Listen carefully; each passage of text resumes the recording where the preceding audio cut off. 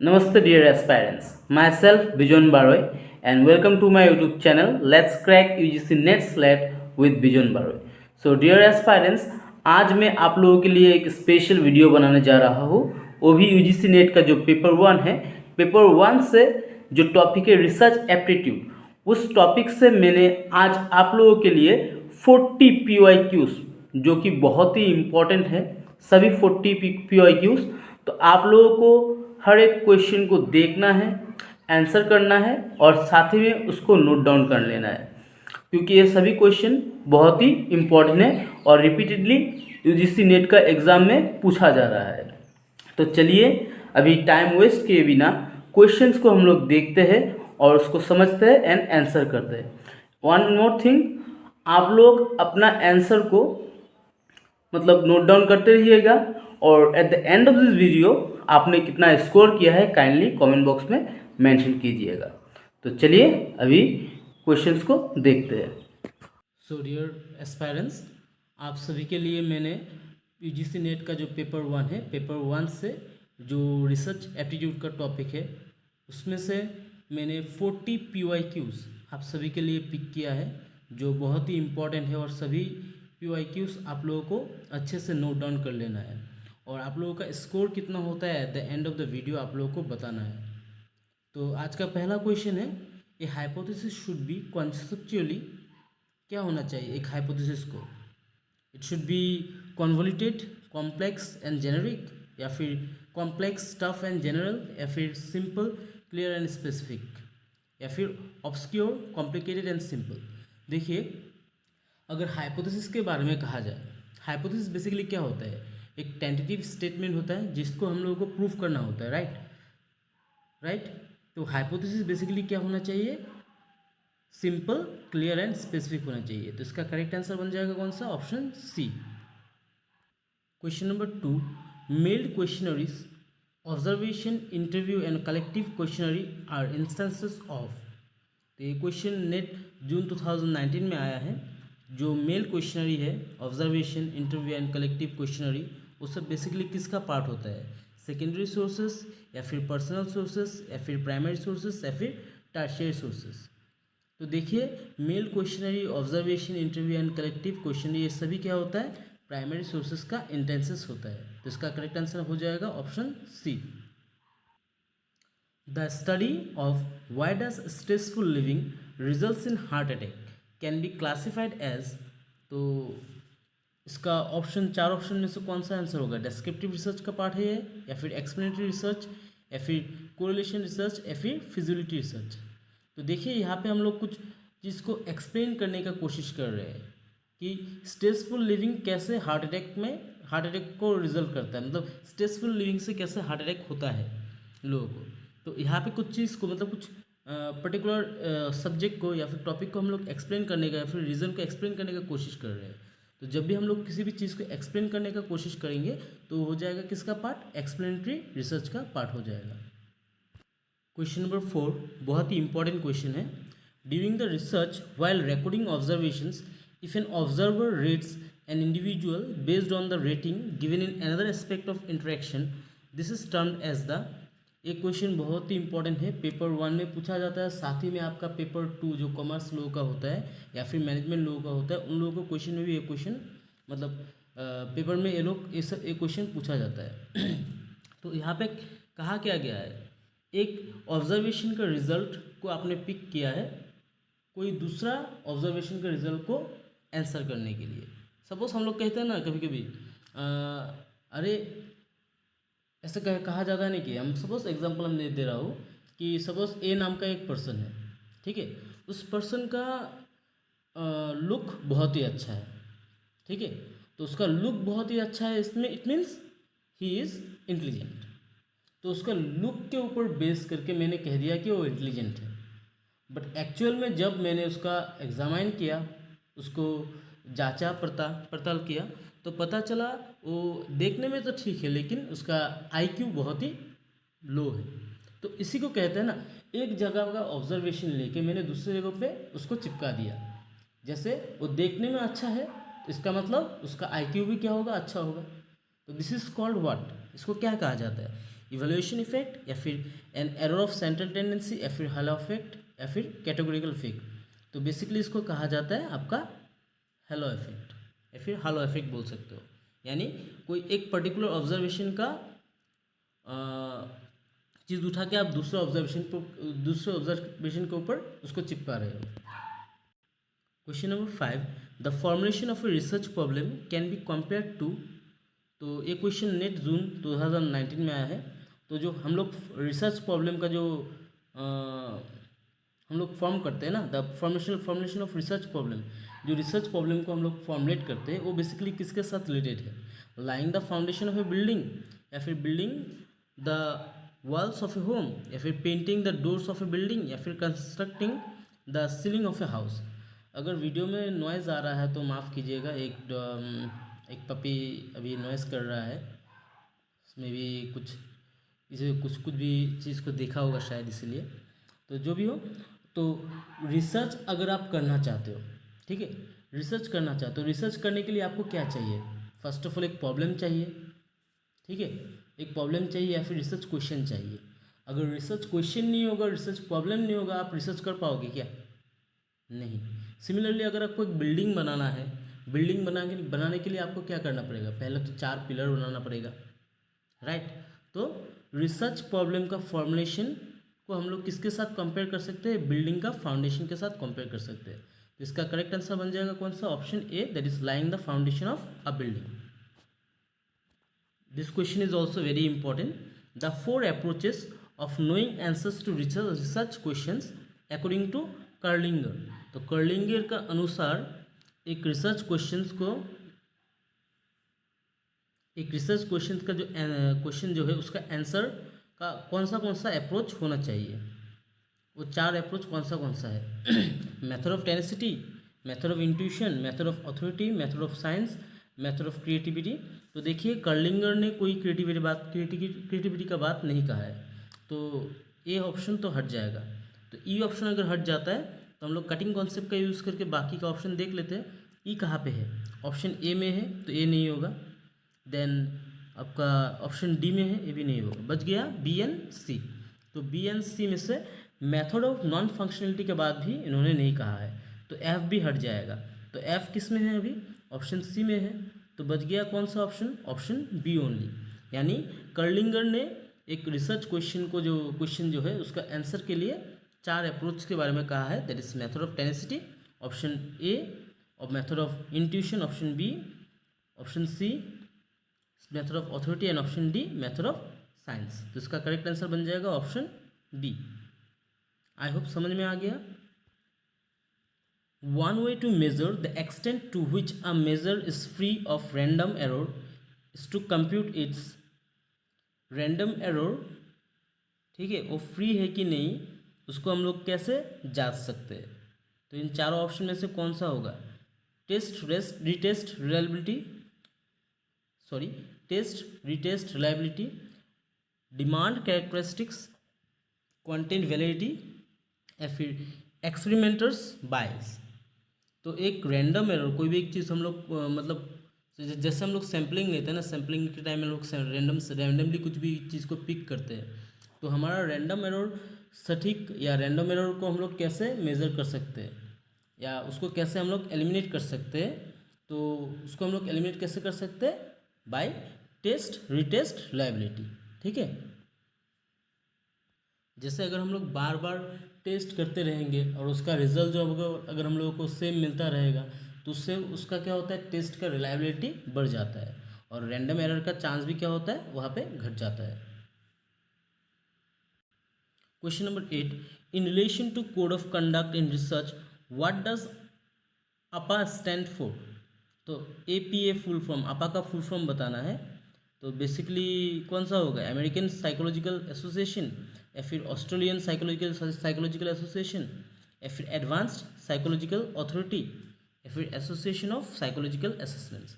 तो देखिए एपा का फुल फॉर्म होता है क्या? आपका American Psychological Association, option A.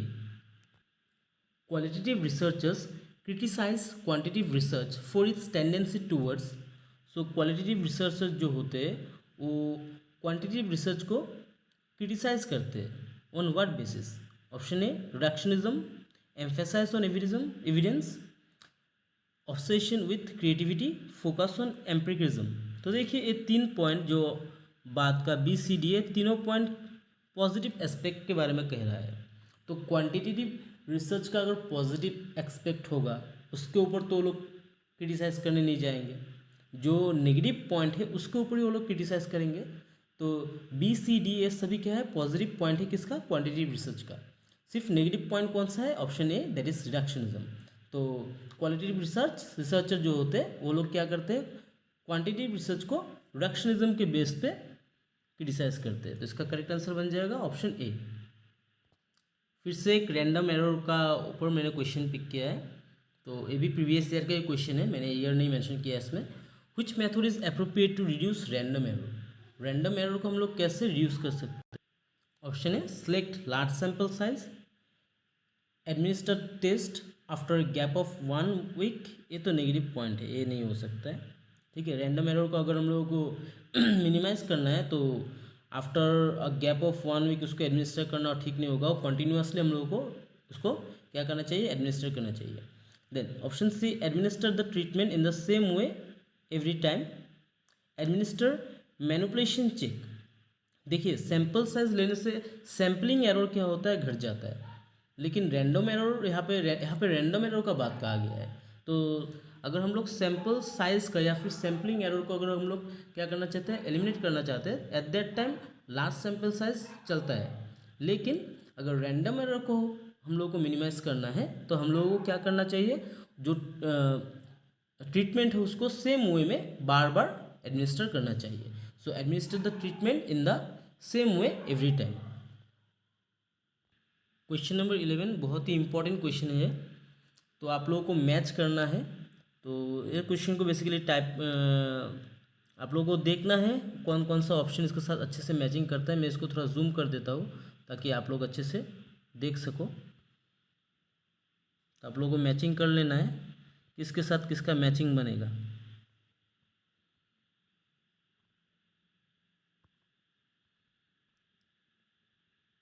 That is fundamental research का मैचिंग किसके साथ बन रहा है।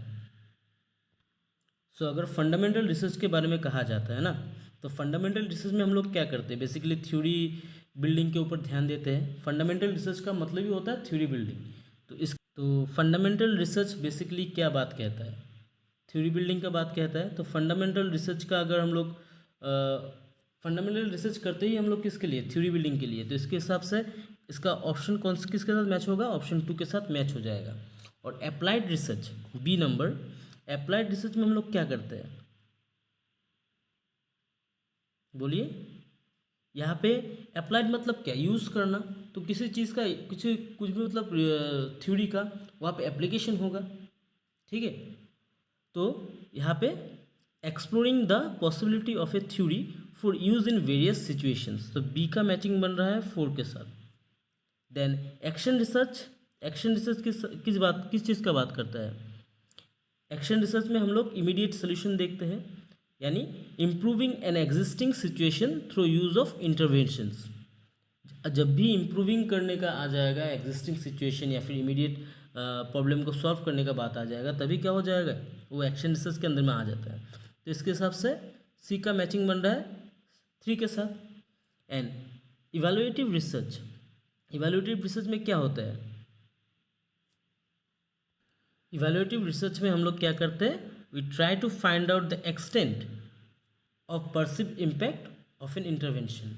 तो इस हिसाब से 1 का मैचिंग बन रहा है 2 के साथ, 2 का मैचिंग बन रहा है आपका किसके साथ, दैट इज 4 के साथ। और सी का मैचिंग बन रहा है आपका दैट इज 3 के साथ। एंड डी का मैचिंग बन रहा है 1 के साथ। तो इन चारों ऑप्शन में से करेक्ट आंसर कौन सा हो जाएगा, दैट इज ऑप्शन 1।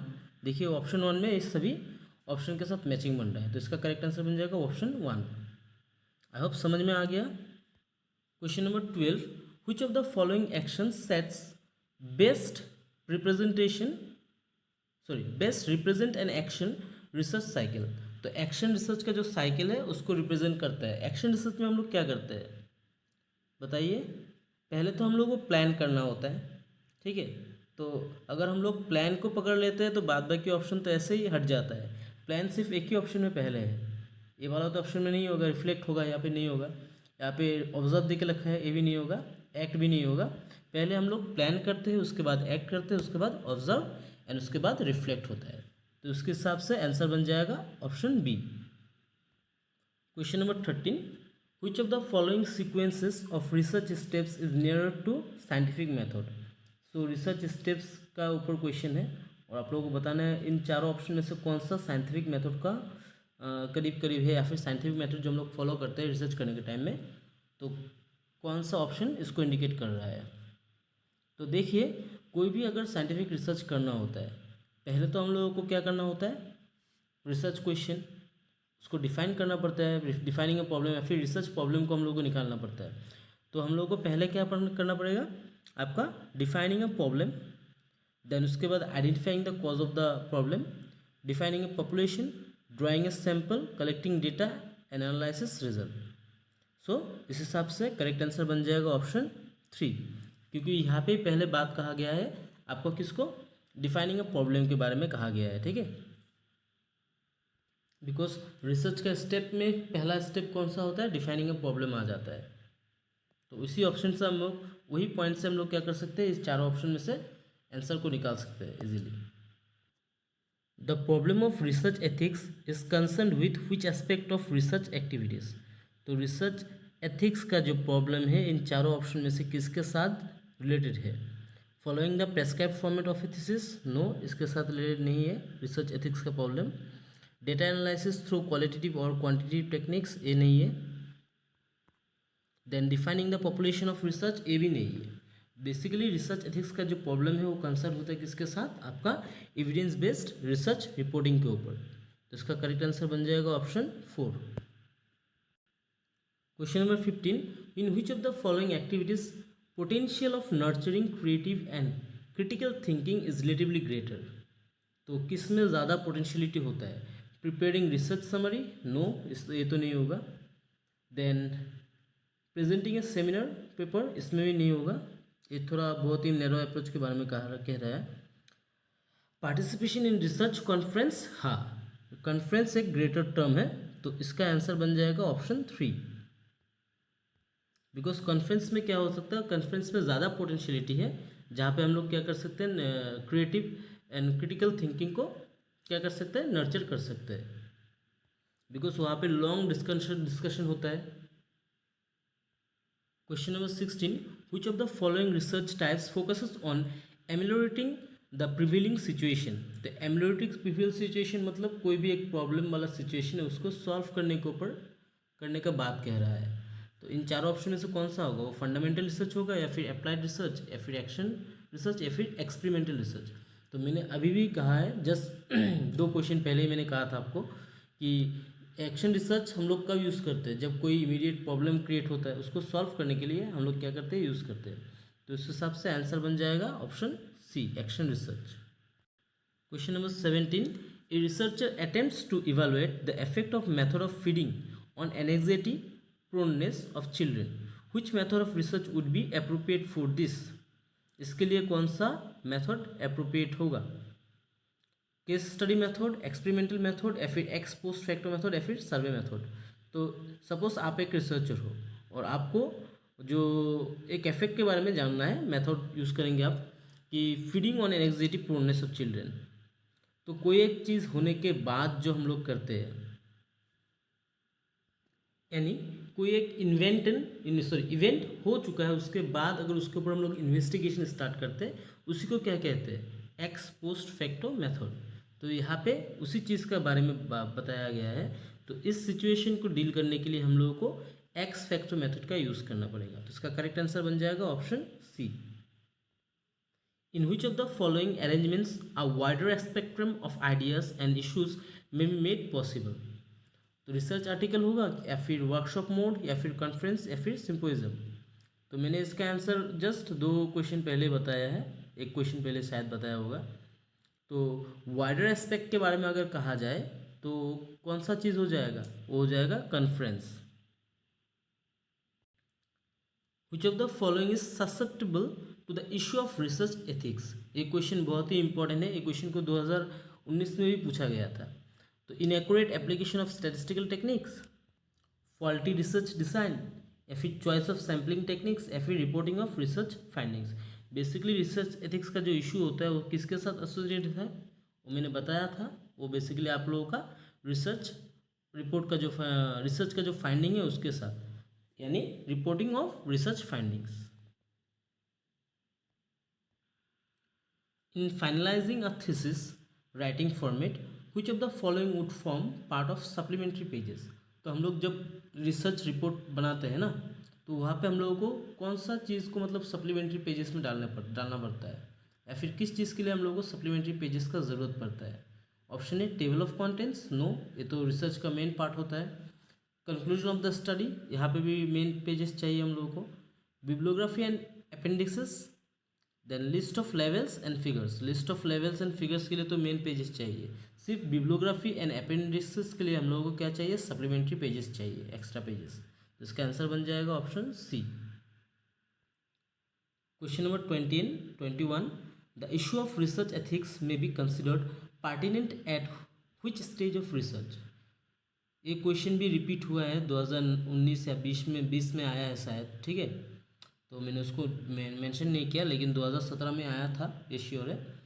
बाद में भी इस क्वेश्चन को पूछा गया है, तो इस क्वेश्चन बहुत ही इंपॉर्टेंट है। तो इन चारों ऑप्शन में से किस ऑप्शन के साथ आप लोग कह सकते हो कि जो रिसर्च एथिक्स है, the issue of research ethics is pertinent? देखिए, पर्टिनेंट का मतलब बेसिकली क्या होता है, रिलीवेंट। तो जो रिसर्च एथिक्स का इशू है वो किसके साथ रिलीवेंट है? वो रिलीवेंट है at the stage of data collection and interpretation. Because जब भी हम लोग रिसर्च करते हैं हम लोग को बहुत सारा कोड ऑफ कंडक्ट फॉलो करना पड़ता है, ठीक है। हम लोग जिन लोगों से इंफॉर्मेशन ले रहे हैं उन लोगों का परमिशन, उन लोगों का सीक्रेट्स एंड ऑल एवरीथिंग हम लोगों को ध्यान में रख के उन लोगों को केयरफुली क्या करना पड़ता है, हैंडल करना पड़ता है। तो रिसर्च एथिक्स बेसिकली किस चीज़ को इंडिकेट करता है? The code of conduct that a researcher need to follow while conducting a research. So basically the issue of research ethics is considered pertinent at the stage of data collection and interpretation. In which of the following reporting format are formally prescribed? Option A doctoral level thesis, conference of researchers, workshops and seminars and symposium. बस symposia बोल सकते हो। तो basically हम लोगों को formal structure follow करना पड़ता है जब हम लोग पीएचडी करते हैं। तो पीएचडी के टाइम में हम लोगों को क्या दिया जाता है, फॉर्मल स्ट्रक्चर प्रोवाइड किया जाता है, फॉर्मल फॉर्मेट प्रोवाइड किया जाता है। तो इसका आंसर बन जाएगा doctoral level thesis. Question number 23 बहुत ही इंपॉर्टेंट है। Below are given two sets research methods set 1 में है and data collection tools set 2 में है। तो हम लोगों को मैच द फॉलोइंग करना है। तो देखिए यहाँ पे हम लोग कटिंग कॉन्सेप्ट का यूज़ करेंगे और उसके हेल्प से हम लोग क्या करेंगे, आंसर को निकाल लेंगे। एक्सपेरिमेंटल मेथड के बारे में अगर कहा जाए तो बेसिकली क्या होता है, यहाँ पे प्राइमरी एंड सेकेंडरी सोर्सेज का यूज़ किया जाता है, या फिर क्वेश्चनरी, या फिर स्टैंडर्डाइज्ड टेस्ट, या फिर typical characteristics test.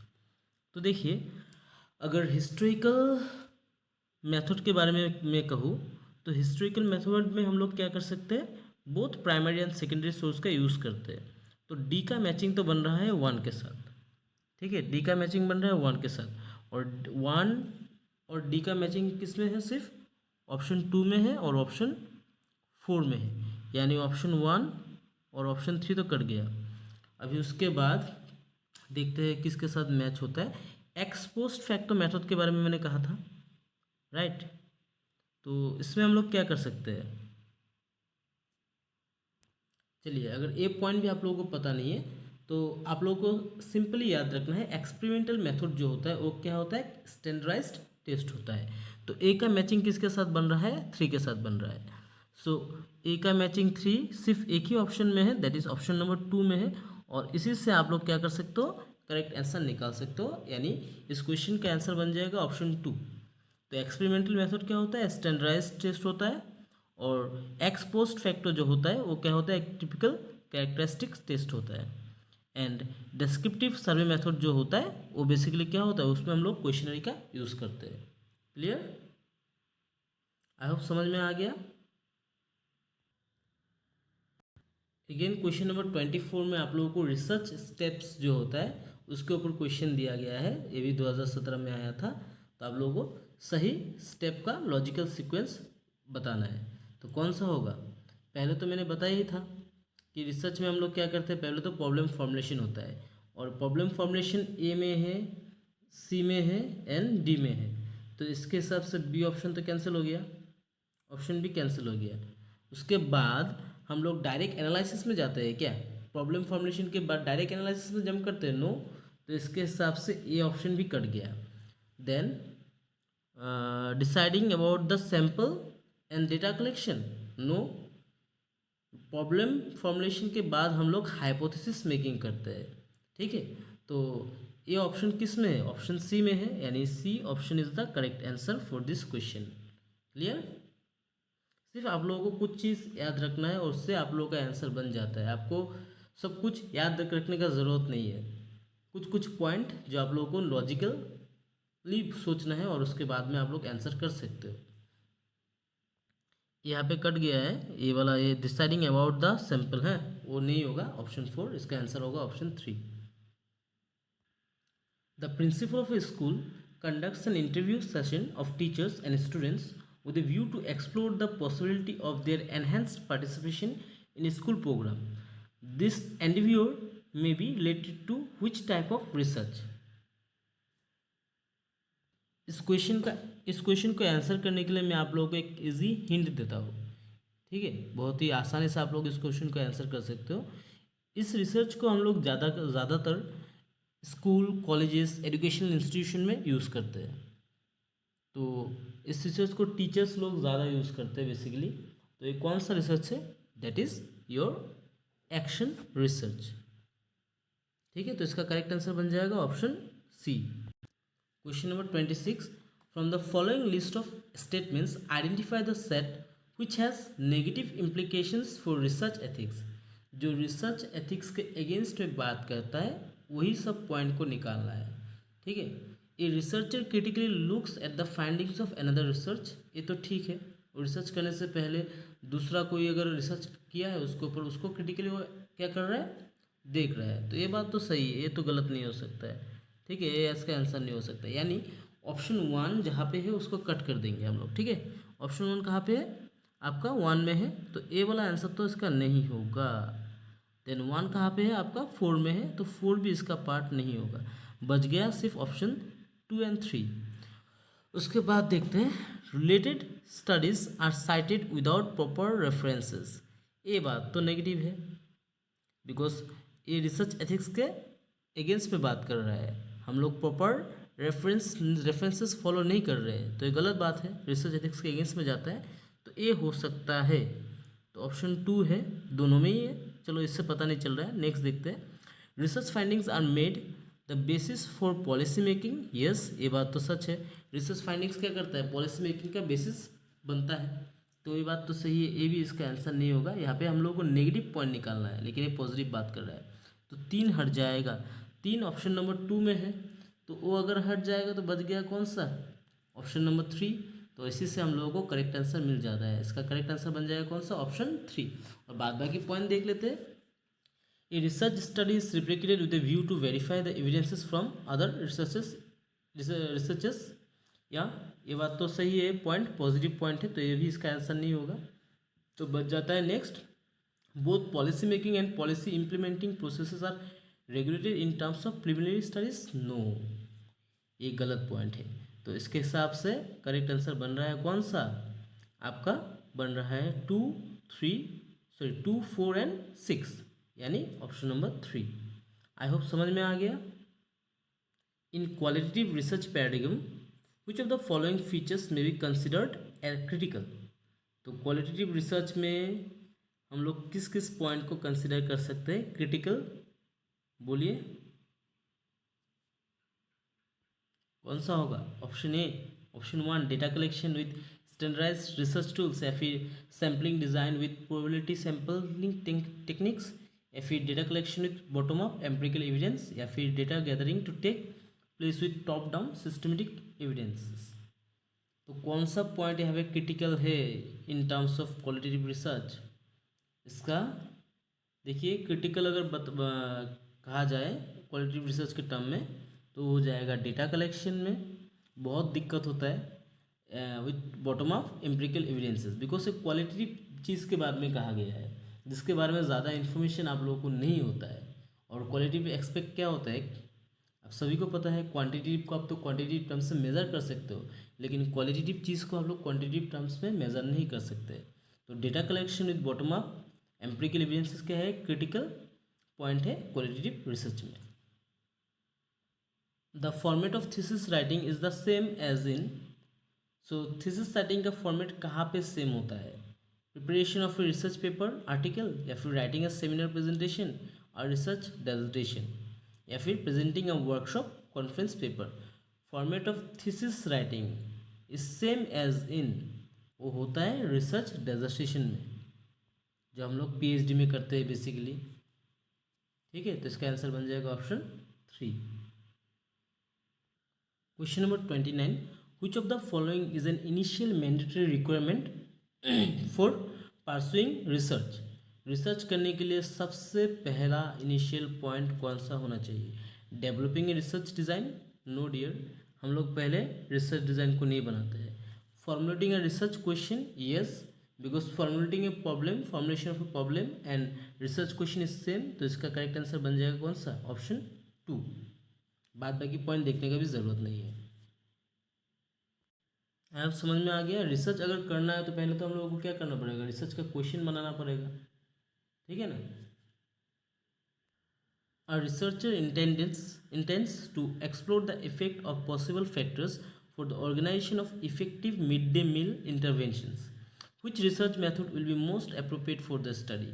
So midday meal का इंटरवेंशन के ऊपर उसका इफेक्टिवनेस कितना है कि नहीं वो जांच पड़ताल करना है। तो उसके लिए आपको कौन सा रिसर्च मेथड फॉलो करना है? तो देखिए मिड डे मील सर्व करने के बाद ही आप उसको जांच पड़ताल कर सकते हो कि एक्चुअली में इफेक्टिव है कि नहीं। यानी एक इवेंट जो ओकर हो चुका है उसके ऊपर आप इन्वेस्टिगेशन करोगे, तो वो कौन सा मेथड हो जाएगा? उसके लिए आपका हो जाएगा एक्स पोस्ट फैक्टो मेथड। तो option 4 will be the correct answer.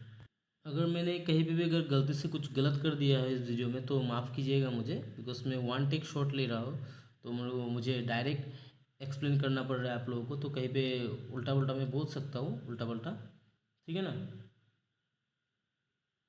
तो अगर कहीं पे गलत बोल दिया तो उसके लिए माफ़ कीजिएगा। चलिए नेक्स्ट क्वेश्चन देख लेते हैं। Question number 31, our researchers is interested in studying the prospects of a particular political party in an urban area, what tool should he prefer for the study?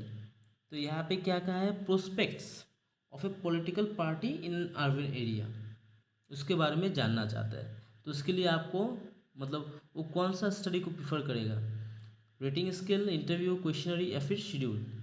तो पॉलिटिकल पार्टी के बारे में अगर जानना है तो उसके लिए आप कौन सा मेथड फॉलो कर सकते हो?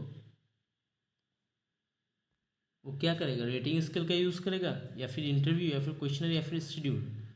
देखिए अगर पॉलिटिकल पार्टी के बारे में जानना है, प्रोस्पेक्ट के बारे में जानना है तो उसके लिए बेटर होगा आपका क्वेश्चनरी। तो इसका करेक्ट आंसर बन जाएगा कौन सा, questionnaire method. Ethical norms in research do not involve guidelines for, so ethical norms जो है रिसर्च का वो कौन सा चीज़ को इन्वॉल्व नहीं करता है? थीसिस फॉर्मेट के लिए, कॉपीराइट, पेटेंटिंग पॉलिसी या फिर डेटा शेयरिंग पॉलिसीज? तो देखिए जो एथिकल नॉर्म्स है वो थीसिस फॉर्मेट के बारे में बात नहीं करता है, तो इसका करेक्ट आंसर बन जाएगा कौन सा, option 1। Question number 33, which of the following statements is not true in the context of participatory research? तो पार्टिसिपेटरी रिसर्च के बारे में कौन सा ऑप्शन यहाँ पे चारों ऑप्शन में से कौन सा सटीक नहीं है? It recognizes knowledge as power, ये बात तो सही है, ये रिकॉग्नाइज करता है, ठीक है, इसका आंसर ये तो नहीं होगा। It emphasize on people as experts, हाँ ये भी सही है। It is a collective process of enquiry, ये भी सही है। Its sole purpose is production of knowledge, देखिए सोल पर्पस जब भी आ जाता है ना वो नेगेटिव हो जाता है यहाँ पे एक नेगेटिव बात कर दिया ना इसने, दैट इज सोल पर्पस डाल के, तो इसका करेक्ट आंसर बन जाएगा कौन सा, ऑप्शन 4। बिकॉज पार्टिसिपेटरी रिसर्च का मतलब कभी भी प्रोडक्शन ऑफ नॉलेज नहीं हो सकता है, सिर्फ प्रोडक्शन ऑफ नॉलेज तो कभी नहीं हो सकता है। प्रोडक्शन ऑफ नॉलेज पार्ट है लेकिन सिर्फ इसका पार्ट नहीं हो सकता है, बिकॉज पार्टिसिपेटरी रिसर्च में हम लोग बहुत सारी चीज़ को कंसिडर करते हैं और इसका पर्पस बहुत सारा होता है, not only knowledge of production of knowledge. Prime minister research fellowship is for students pursuing PhD program in state and central universities ना, central universities IIC IITs NITs no, ये भी नहीं होगा। प्राइम मिनिस्टर का जो रिसर्च फेलोशिप है वो basically IITs and ISCC के लिए है, ठीक है, जिसका करेक्ट आंसर बन जाएगा option number 4। Which of the following research types has the potential for enhancing teaching competencies? तो ये क्वेश्चन 2019 में आया है, नेट का जो 25 जून में एग्ज़ाम हुआ था, सेकेंड शिफ्ट में आया है। तो टीचिंग कॉम्पिटेंसीज के बारे में कह रहा है, तो ऑप्शन कौन सा होगा, कौन सा, फंडामेंटल रिसर्च या फिर अप्लाइड रिसर्च या फिर इम्पैक्ट असेसमेंट रिसर्च या फिर एक्शन रिसर्च। मैंने प्रीवियसली भी आप लोगों को हिंट दिया था, दैट इज़ टीचिंग के रिलेटेड अगर होगा, स्कूल एजुकेशन रिलेटेड का कुछ होगा, तो बेसिकली उसमें कौन सा आंसर होता है, दैट इज़ एक्शन रिसर्च का यूज़ ज़्यादा किया जाता है, तो इसका आंसर बन जाएगा action research. Which of the following research focuses on enhancing the corpus of knowledge in a given field.